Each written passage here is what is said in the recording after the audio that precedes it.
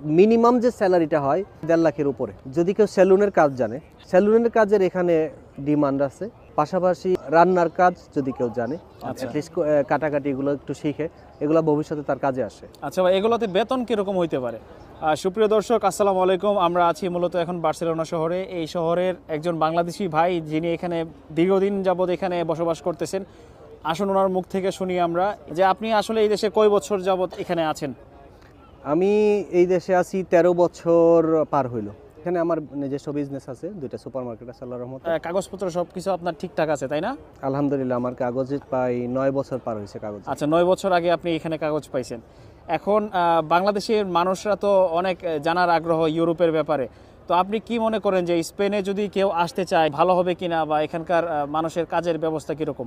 এই মুহূর্তে ইউরোপের সবচেয়ে বেশি কাগজ হইতেছে হলো স্পেনে।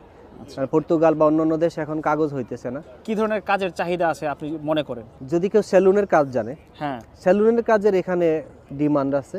পাশাপাশি রান্নার কাজ যদি কেউ জানে, অ্যাটলিস্ট কাটাকাটি এগুলো একটু শিখে, এগুলো ভবিষ্যতে তার কাজে আসে। আচ্ছা ভাই, এগুলোতে বেতন কিরকম হইতে পারে? মিনিমাম যে স্যালারিটা হয় 1225 ইউরো থেকে বেতন শুরু হয়।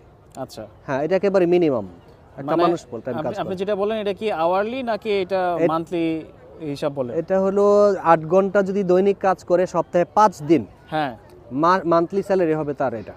আচ্ছা, তাহলে বাংলাদেশি টাকায় সেটা কত আসতেছে? বাংলাদেশি টাকার এখনের রেটে তো প্রায় 1.5 লাখের উপরে। আচ্ছা, তা 1.5 লাখের উপরে তার ইনকাম হচ্ছে। আর খরচ কেমন হইতে পারে যদি একজন মানুষ একা থাকে বা ফ্যামিলি নিয়ে থাকে? না, বিশেষ করে যারা ফ্যামিলি আনে, এখানে ফ্যামিলিও তো বসে থাকে না, ফ্যামিলি তো কাজ করে। তো সেই ক্ষেত্রে তখন খরচও বেশি। যেমন একটা মানুষ মোটামুটি 1200-1400 ইউরো তার মাসে লাগবে ফ্যামিলি নিয়ে থাকতে। আচ্ছা, আর 300-400 যদি অনেকের অনেক স্বভাব থাকে, তো আসলে মান্থলি খরচ বলা মুশকিল। যেমন একটা ব্যাচেলারেরও 500-600 ইউরো লাগতে পারে মাসে। অনেকের বিড়ি সিগারেটের অভ্যাস থাকতে পারে, চা কফির অভ্যাস থাকতে পারে। এগুলো ডিপেন্ড করে আসলে ব্যক্তির উপর। আবার জিনিসপত্র কেনার শৌখিন স্বভাবও থাকতে পারে, ওইগুলোর উপরেও আসলে খরচটা নির্ভর করে। যদি কেউ আসলে হিসাব করে চলে, তাইলে দেখা যাচ্ছে যে তার মোটামুটি ভালো টাকাই সেভ করা সম্ভব যদি সে এই দেশে মানে আসার চিন্তা ভাবনা করে। না, তাছাড়া বেতন তো আর এক জায়গায় থাইমা থাকে না। বেতন থাকে, যেমন আমরা বাঙালিরা সাধারণত 8 ঘন্টা কাজ করি না, আমরা 8 ঘন্টার জায়গায় 10 ঘন্টা কাজ করি। 5 দিনের জায়গায় আমরা 6 দিন কাজ করি সপ্তাহে। সেক্ষেত্রে তো এখানে 500-600 ইউরোর আলাদা টাকাই আসে।